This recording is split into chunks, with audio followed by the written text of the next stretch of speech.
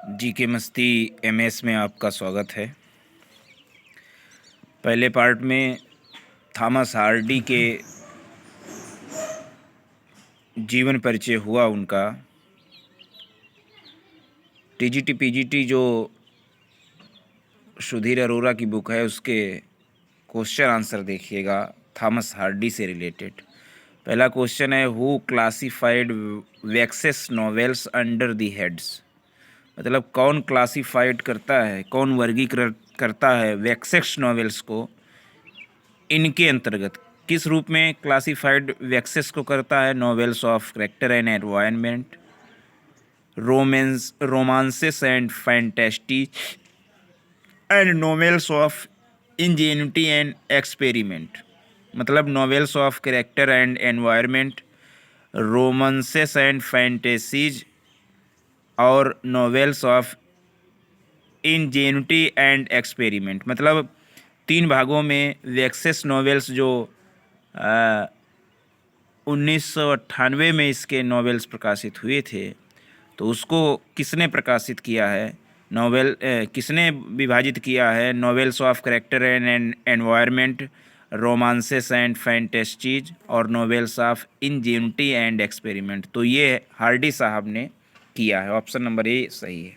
अगला है, who has classified Hardy's novels. किसने हार्डी के उपन्यासों को मुख्य रूप से बंटवारा किया है? Pastoral tragedies, pastoral comedies, pastoral romances and pastoral extravaganza. मतलब 4 भागों में किसने हार्डी के उपन्यासों को बांटा है? कौन कौन से 4 भाग? Pastoral tragedies, pastoral comedies, pastoral romances and pastoral extravaganza. तो 4 ऑप्शन दिए हैं, कौन इसमें सही है? तो इसमें ऑप्शन सी सही है, एसी रिकेट सही है। अगला है, who fell in ill with pleurisy in December 1977 and died in January 1928। मतलब कौन दिसंबर 1927 को बीमार हुआ और फिर जनवरी 1928 में मर गया। और बीमार जो हुआ है वो प्लेरेसी से बीमार हुआ। प्लाइरेसिस मतलब पाइलारिस मतलब लकवा से बीमार हुआ दिसंबर में, और 28 में उसकी मृत्यु हो गई। तो इनकी ये जो 4 में से जो कभी मृत्यु हुई है पाइलारिसिस से, वो उसकी हुई है, डिकेंस की हुई है, ट्रोलोपो किसमें है? हार्डी सही है। तो हार्डी साहब दिसंबर 1927 में इनको प्लेरेसी का अटैक पड़ा और जनवरी 1928 में इनकी मृत्यु हो गई। अगला क्वेश्चन है, 4, whose funeral became controversial when his executor sir Sydney Carlyle Cockerell was insisting for the burial in Abbey poets corner while his family and friends wished him to be buried at Stinsford in the same grave as his first wife Emma। मतलब किसकी चिता controversial, मतलब controversial है जब उसके एक्सक्यूटर मतलब जो उसके एक्सक्यूटर थे sir Sydney Carlyle Cockerell was insisting for the burial in Abbey poets corner. मतलब उसके जो एक्सक्यूटर थे सर सिडने कॉर्लिल कॉकरेल, उन्होंने जोर दिया उनको अबे पोएट्स कॉर्नर में दफनाने की, जबकि उसके परिवार और उसके मित्र वालों की इच्छा थी कि उन्हें दफनाया जाए स्टिन्सफोर्ड में। कहाँ दफनाया जाए? स्टिन्सफोर्ड में। वहीं पर दफनाया जाए जहाँ पे उनकी पहली पत्नी एमा का दफन हुआ था।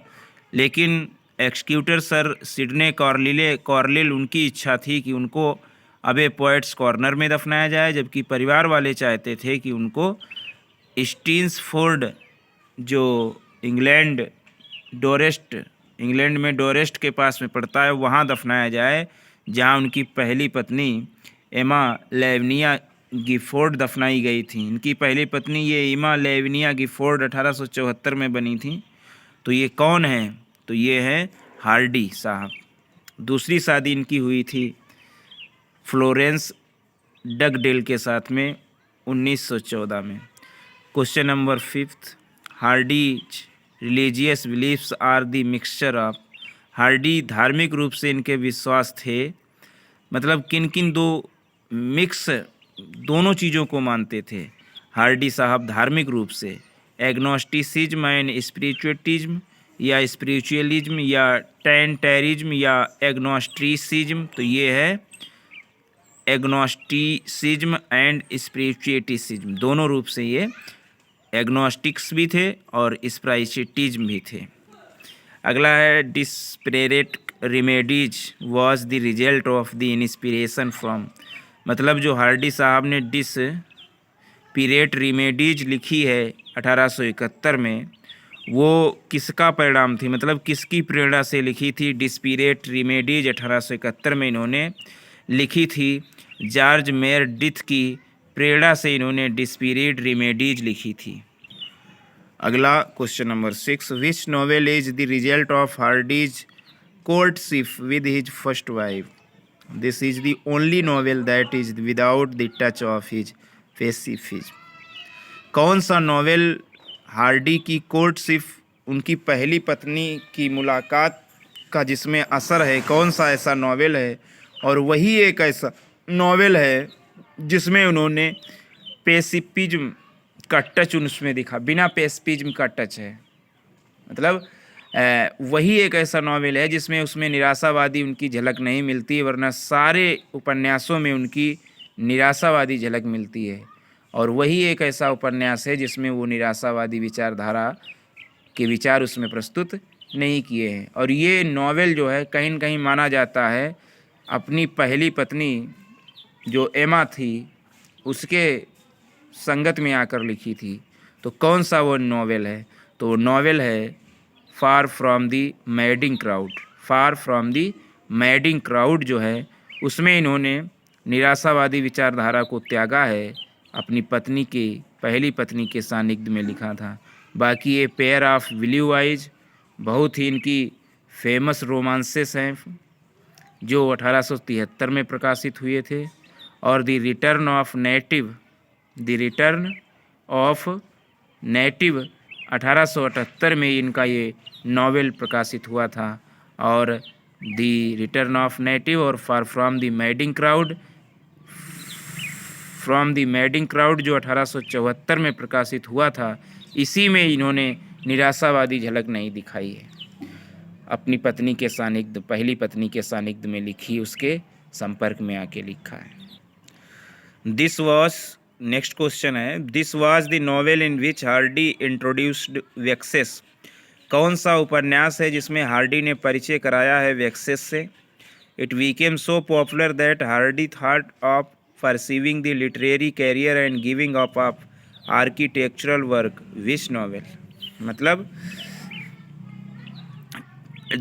वो नॉवेल जिसमें उन्होंने वेक्सेस से परिचय कराया, और वेक्सेस से परिचय कराने के कारण वो इतना फेमस हो गए कि हार्डी साहब सोचते थे लिटरेरी कैरियर को परसीविंग, मतलब उसको छोड़ना ही इतना फेमस हो गए कि उसको लिटरेचर में ही अपना कैरियर बनाने की सोचने लगे और छोड़ने लगे आर्किटेक्चरल वर्क, मतलब जो उनका व्यावसायिक कार्य था उसको उन्होंने त्यागने को सोचा और लिटरेचर में ही अपना कैरियर बनाने लगे। और कौन सा वह नॉवेल है जिसमें उन्होंने वेक्सेस का वर्णन किया है, वेक्सेस का परिचय दिया है? तो ए पेयर ऑफ ब्लू आइज अभी हमने बताया जो 1873 में इनका रोमांस, या फ्रॉम द मैडिंग क्राउड जो अपनी पहली पत्नी एमा के संदर्भ में लिखा और निराशावादी झलक से दूर 1878 में, और की मेयर ऑफ कैस्टरब्रिज। तो इसमें ऑप्शन नंबर बी सही है, फ्रॉम द मैडिंग क्राउड। इसी में इन्होंने वेक्सेस का इंट्रोड्यूस कराया और इस उपन्यास के कारण वो इतना फेमस हुए कि वो अपना व्यवसाय भी, मतलब जो उनका व्यवसाय था, बिजनेस था आर्किटेक्चर लेन देन, उसको भी छोड़ने के लिए तैयार हो गए। और ये इन्होंने मैडिंग क्राउड जो है ये लिखा है उन्होंने 1874 में, और मेयर ऑफ कैस्टरब्रिज ये 1886 में लिखा। और फ्रॉम दी मैडिंग क्राउड इसी में इन्होंने विचारधारा निराशावादी को छोड़ा है, बाकी सब निराशावादी उपन्यास हैं। Next question, what is the subtitle of Tess of the d'Urbervilles, मतलब उसका दूसरा सब टाइटल क्या है, किसका, Tess of the Tess of the d'Urbervilles है 1891 प्रकाशित हुआ। इसका दूसरा टाइटल है a pure woman faithfully presented. A pure woman faithfully presented आएगा क्वेश्चन। A pure woman faithfully presented ये दूसरा नाम किसका है, तो टेस ऑफ दी अर्बर वेल्स जो 1891 में प्रकाशित हुआ था। अगला है for the frank treatment of sex Jude and obscure was often referred to as. Frank treatment मतलब सेक्स ज्यूड और ऑब्सक्यूर का स्पष्ट वर्णन जो है अक्सर रिफर्ड टू एज, वो किसके लिए रिफर्ड करते हैं, तो रिफर्ड करते हैं ज्यूड एंड ऑब्सीन को रिफर्ड करते हैं। आगे लिखा है who are the hero and heroine of the novel Jude and obscure, मतलब कौन हीरो और हीरोइन है इनका जो नॉवेल है ज्यूड एंड ऑब्सक्यूर, उसके हीरो हीरोइन कौन है, तो ज्यूड एंड ऑब्सक्यूर 1895 में जो लिखा गया उसके हीरो, उसके नायक नायिका हैं। नायक नायिका इसमें ऑप्शन नंबर डी सही है, Jude Fawley and Sue Bridehead. Jude Fawley and Sue Bridehead. अगला question, desperate remedies the hand of Ethelberta and a Laodicean can be under the category of. जो डिस्पिरेटिव रेमेडीज हैं जैसे दी hand of एलिबर्टा और लोइडसियन, ये किस category में रखे गए, तो ये कैटेगरी में रखे गए रोमांसेस एंड फैंटेसीज या नॉवेल्स ऑफ इंजेनिटी एक्सपेरिमेंट। तो ये रखे गए novels of ingenuity and experiment की कैटेगरी में रखे गए। कौन, desperate remedies the hand of Ethelberta and Laodicean, ये रखे गए novels of ingenuity and experiment के अंतर्गत। तो next question, a pair of blue eyes the trumpet major two on a tower and the well विलोब्ड आर इंक्लूडेड इन, मतलब ये जो इनके उपन्यास हैं कौन कौन, a pair of blue eyes 1873, the trumpet major, two on a tower, the well beloved, ये किसके अंतर्गत आते हैं, तो इनकी श्रेणी है romances and fantasies. Romances and fantasy. A pair of blue 1873, the trumpet major 1880 और टू ऑन ए टावर 1882 और वेल विलव्ड इनका पहला प्रकाशित सीरियल फ्रॉम 1892 से 1897 तक प्रकाशित हुआ, दी वेल विलव्ड ये उपन्यास। तो ये सभी जो हैं ये रोमांसेस एंड फैंटेसीज के अंतर्गत आते हैं। Dick Dewy and Fancy Day किस उपन्यास में दिखाई देता है, डिक डेवी और फैंसी डे दिखाई देता है Under the Greenwood Tree में दिखाई देते हैं। Next, Stephen Smith is a young architect. Stephen Smith जो थे एक युवा आर्किटेक्ट थे जो falls in love with Alfred, मतलब युवा आर्किटेक्ट थे, व्यापारी थे और प्रेम में पड़ जाते हैं अल्फ्राइड लड़की के, द ब्लू आइड जो जिसकी नीले आँखें हैं और वो पुत्री जो है वो विकार की पुत्री है। लड़की का नाम है एल्फ्राइड, जिसके चक्कर में स्टीफन स्मिथ पड़ जाते हैं जो युवा व्यापारी है, और वो एल्फ्राइड जो है वो लड़की है विकार की। तो ऐसी कहानी हार्डी के किस उपन्यास में वर्णित की गई है, तो ऐसी कहानी हार्डी के जो है वो वर्णित की गई है Under the Greenwood tree या पेयर ऑफ विलीवाइज या far from the madding crowd. तो ऑप्शन नंबर बी सही है इसमें। ए पेयर ऑफ विलीवाइज में स्टीफन स्मिथ होता है जो एल्फ्राइड लड़की है उसकी नीली आंखों में फंस जाता है, और एल्फ्राइड जो लड़की है वो विकार की। अगले क्वेश्चन है, बैथ सेबा इज द हीरोइन ऑफ। बैथ सेबा जो है वो किसकी हीरोइन है, तो वो हीरोइन है, नायिका किसमें है बैथ सेबा, तो बैथ सेबा नायिका है फ्रॉम द मैडिंग क्राउड की। फ्रॉम द मैडिंग क्राउड की हीरोइन है, नायिका है। और फ्रॉम द मैडिंग क्राउड हमने कब तुम्हें बताया था प्रकाशित हुआ था, तो फ्रॉम द मैडिंग क्राउड जो है 1874 में प्रकाशित हुआ था, जिसमें निराशावादी झलक नहीं दिखाई देती है, पहली पत्नी के साथ में लिखा था। अगला लिखा है in the end of the novel, वह कौन सा नॉवेल है जिसके अंतिम में Bathsheba fell in love with sergeant Troy, जो प्रेम करने लगती है अंत में सर्जिएंट ट्रॉय से। बैथशेबा जो है, बैथशेबा नायिका है फ्रॉम द मैडिंग क्राउड में, और अंत में वो सर्जिएंट ट्रॉय से प्रेम करने लगती है एंड मैरिड हिम, और उससे शादी भी कर लेती है। बट ही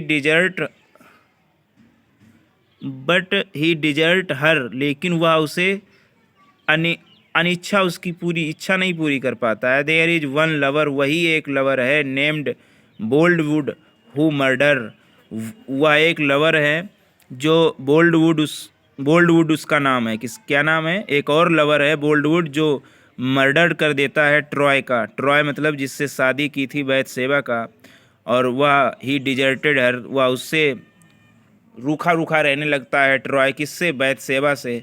और फिर एक व्यक्ति होता है जिसका नाम होता है बोल्डवुड, वह मार देता है ट्रॉय को। With home finally does see Mary, और अंत में जो बैथशेबा होती है वो उससे शादी कर लेती है जो ट्रॉय को मारता है।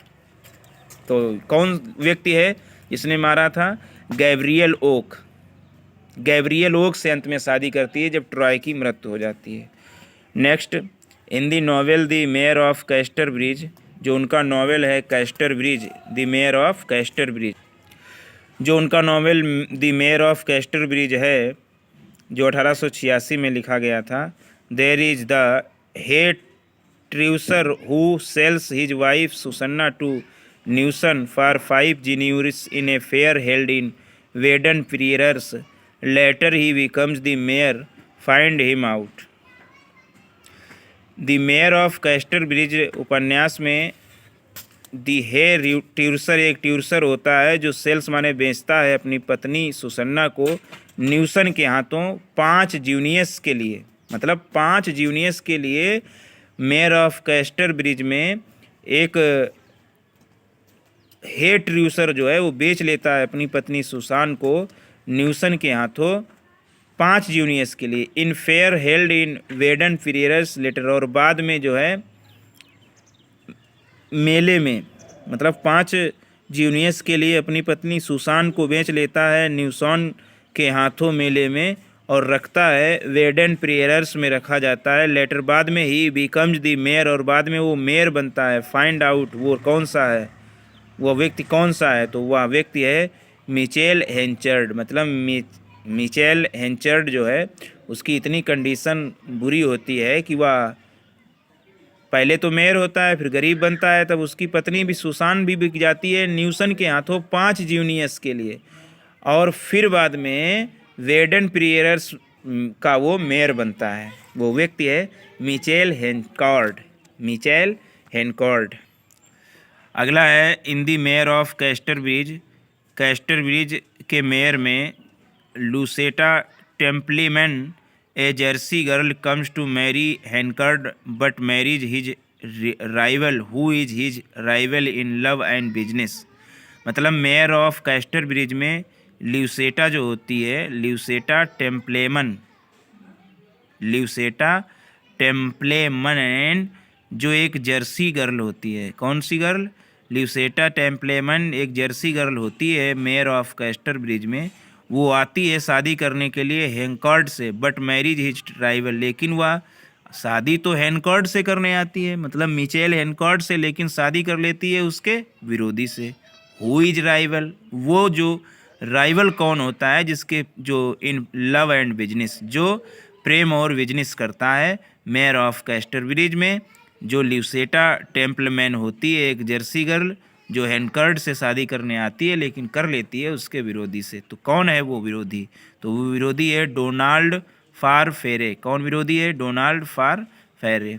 अगला है आफ्टर द डेथ ऑफ ल्यूसेटा फार फ्रे मैरिज। जब डेथ हो जाती है ल्यूसेटा की, जर्सी गर्ल की, तब वही विरोधी डोनाल्ड फार फेरे किससे शादी करता है? तो वो शादी करता है एलिजाबेथ जेन से। किससे शादी करता है? एलिजाबेथ जेन से। Next, the hero of The Woodlanders, the trader of apple and cedar lives in Blackmore Vale in Dorset. He is betrothed to Grace Melbury, who rejects him and marries a fashionable doctor.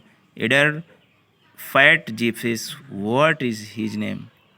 मतलब Woodlanders का जो नायक होता है, एक जो इनका novel है वुडलैंडर्स 1887 में जो आया था, तो उसका जो नायक है वुडलैंडर्स का, जो ट्रेडर ऑफ एप्पल, जो सेब का विक्रेता है, व्यापारी है। वुडलैंडर्स जो 1887 में प्रकाश लिखा गया, उसका जो नायक होता है वो सेब का विक्रेता होता है, सेडर और सेब का विक्रेता होता है, और रहता है ब्लैकमोर वेल में, मतलब ब्लैकमोर घाटी में रहता है, जो डॉर्सेट में स्थित है। ब्लैकमोर घाटी कहाँ स्थित है? डॉर्सेट में स्थित है। और जो सिडार और सेबों का विक्रेता होता है, he is betrothed to Grace Melbury, जो धोखा देता है ग्रेस मलबेरी को। किसको धोखा देता है? ग्रेस मेलबेरी को। और रिजेक्ट्स हिम, उसे रिजेक्ट्स कर देता है वह। एंड मैरिज और शादी कर लेता है फैशनेबल डॉक्टर एड्रेड फैट्ज फियर्स से। मतलब ग्रेस मेलबेरी को धोखा देती है वह और शादी कर लेती है एक फैशनेबल डॉक्टर जिसका नाम होता है एड्रेड फैट्ज फियर्स। वह कौन है जो ऐसा सब करता है? तो वह है गिल्स विंटर वॉर्न। तो गिल्स विंटर वॉर्न हीरो है वुडलैंडर्स का, जो नाटक इन्होंने उपन्यास लिखा है 1887 में। सेब का विक्रेता है, सिडार का विक्रेता है, ब्लैकमोर डॉर्सेट में रहता है और उसे धोखा दिया जाता है। ग्रेस मलबेरी मतलब एक लड़की होती है ग्रेस मेलबरी, वो उसे धोखा देती है। क्यों? उसे रिजेक्ट कर उसे धोखा देती है। तब अंत में गिल्स विंटरबॉर्न जो विक्रेता होता है सिडार और सेब का, वो शादी कर लेता है एड्रेड फैट्ज फियर्स से। नेक्स्ट, टू वेल्थी विडो इन दी वुडलैंडर्स, मतलब धनवान विधवा वुडलैंडर्स में कौन होती है? तो धनवान विधवा जो है होती है फेलिस कॉर्मोंड। कौन होती है? फेलिस कॉर्मोंड। फेलिस कॉर्मोंड जो होती है धनवान विधवा होती है। अगला है हुज डॉटर इज टेस, किसकी पुत्री टेस होती है? तो टेस ऑफ डी अनबरवेल्स जो उपन्यास है उसमें टेस किसकी पुत्री होती है? टेस होती है जॉन डर्बीफील्ड की। किसकी पुत्री? जॉन डर्बीफील्ड की। हु सिड्यूसेस टेस, सिड्यूसेस कौन करता है टेस को? तो सिड्यूसेस करता है एलेक करता है सिड्यूसेस। कौन करता है? एलेक सिड्यूसेस करता है टेस को। अगला है Tess falls in love with Angel Clare who wants to marry her, मतलब टेस जो है वो प्रेम में पड़ जाता है एंजल क्लेयर से और वो उससे शादी भी करना चाहता है। टेस जो है किस लड़की के प्रेम में पड़ जाता है? एंजल क्लेयर के, और एंजल क्लेयर के साथ में वो शादी भी करना चाहता है। लेकिन she wants to tell about this sin, लेकिन वह चाहती है अपने पाप के बारे में बिफोर मैरिज, मतलब जो उसने पाप किया था एंजल क्लेयर ने, उसको पाप एंजल क्लेयर ने किया था तो वो शादी के पहले टेस को बताना चाहती है। तो वो कौन सा कार्य ऐसा था जो पाप की श्रेणी में एंजल क्लेयर ने किया था? टेस उससे शादी करना चाहता है एंजल क्लेयर से, लेकिन एंजल क्लेयर उसने कुछ पाप किया था वो शादी के पहले बताना चाहती है। तो कौन सा वो कार्य था? तो शादी कार्य था she writes a letter of confession, वो उसने पाप किया था ए कॉन्फेशन का एक पत्र लिखने का। अगला है Tess is arrested on the charge of murder and is ultimately sentence to death, whom does she kill. Tess को अरेस्ट कर लिया जाता है हत्या के आरोप में और उसे फांसी की सज़ा सुनाई जाती है। और उसने किसकी हत्या की है? तो तुम्हें पता होना चाहिए, उसी वाले टेस ऑफ डी अनबरवेल्स उपन्यास में 1891 में जो प्रकाशित हुआ था, उसमें टेस जो है अपनी प्रेमिका जो एलक एंजल क्लेयर थी, एंजल क्लेयर की पत्नी उसकी प्रेमिका थी, तो उसने हत्या किसकी थी? हत्या की थी एलक की। किसकी? एलक की। और इसी मर्डर में वो पकड़ा जाता है और मृत्यु की सज़ा दी जाती है। अगला है justice was done and the president of the immortals in Aeschylean phrase had ended his sport with, मतलब जस्टिस जो है किया जाता है गया, एंड प्रेसिडेंट ऑफ इमॉर्टल्स, और इमॉर्टल्स के president in Aeschylean phrase had ended his sport with. Complete this sentence. तो स्पोर्ट विद के बाद में क्या लिखा जाएगा? टेस्ट लिखा जाएगा। जस्टिस वाज डन, न्याय किया गया था, और presidents of the immortals in Aeschylean phrase had ended his sport with Tess. 28 question है। Jude Fawley a stone mason wishes to be, मतलब ज्यूड फॉले जो एक स्टोन मैसन था, क्या उसकी इच्छा थी? इच्छा उसकी थी ए स्कॉलर, एक विद्वान होने की इच्छा थी। क्या इच्छा थी? एक विद्वान होने की इच्छा थी। ज्यूड फाउले जो एक स्टोन मैसन है। अगला है Jude falls in love with a women of animal passion. Jude falls प्रेम में पड़ जाता है, एक और औरत के प्रेम में पड़ जाता है जो एनिमल फैशन की है, जानवरों की शौकीन है, जानवरों से प्रेम करने वाली है, ऐसी औरत की प्रेम में पड़ जाता है ज्यूड। तो ज्यूड वो औरत कौन है? वो औरत का नाम है अरबेला डॉन। तो ज्यूड जो है अरबेला डॉन के प्रेम में पड़ जाता है, जो जानवरों से प्रेम करने वाली है। अगला है Jude the obscures had been a very controversial novel. Jude the obscure, Jude the obscure जो है, ज्यूड द ऑब्सक्यूर जो है वो एक कंट्रोवर्शियल नॉवेल है जो लिखा गया है 1895 में, और हार्डी ने त्याग दिया था यह नॉवेल लिखना on account of hostile reception पर। हॉस्टिल रिसेप्शन के कारण इस नॉवेल को लिखना त्याग दिया था। अंत में उन्होंने शरण ली थी कहाँ? पोट्री। मतलब जो ये ज्यूड ऑब्सक्यूर नॉवेल है, ये कंट्रोवर्शियल नॉवेल है, इसको लिखना हार्डी ने त्याग दिया था, जो 1895 में स्टार्ट किया था, और अंत में नॉवेल लिखने की बजाय वो क्या लिखने लगे थे? तो कविता लिखने लगे थे। अगला question 31। In a novel of Hardy, two rivals of the same woman return to England and find that they are travelling on the train that carries her coffin, which novel is this? मतलब कौन सा novel Hardy का है जिसमें दो विरोधी same women के लिए लौटते हैं इंग्लैंड? मतलब दो विरोधी हैं लेकिन एक ही औरत के लिए लौटते हैं, मतलब एक ही औरत के लिए प्रेम करते हैं, एक ही औरत से प्रेम करते हैं, और उसके लिए वो दोनों लौटते हैं और पाते हैं, और they are travelling on the train, और मतलब उसको यात्रा दोनों करते हैं ट्रेन पर, और कैरीज हर कॉफिन, और उसको कॉफिन में ढोते हैं। कौन सा वह नॉवेल है जिसमें ये कहानी दिखाई गई, दो विरोधी एक ही औरत से प्रेम करते हुए यात्रा करते हैं, इंग्लैंड आते हैं? तो पेयर ऑफ ब्लू आइज। कौन सा है? Pair of blue eyes. तो अगला जो पार्ट आएगा उसमें जो शेष क्वेश्चन रह गए हैं R.K. अरोरा की बुक के थॉमस हार्डी से रिलेटेड, वो उसमें बताए जाएंगे। Thanks for watching.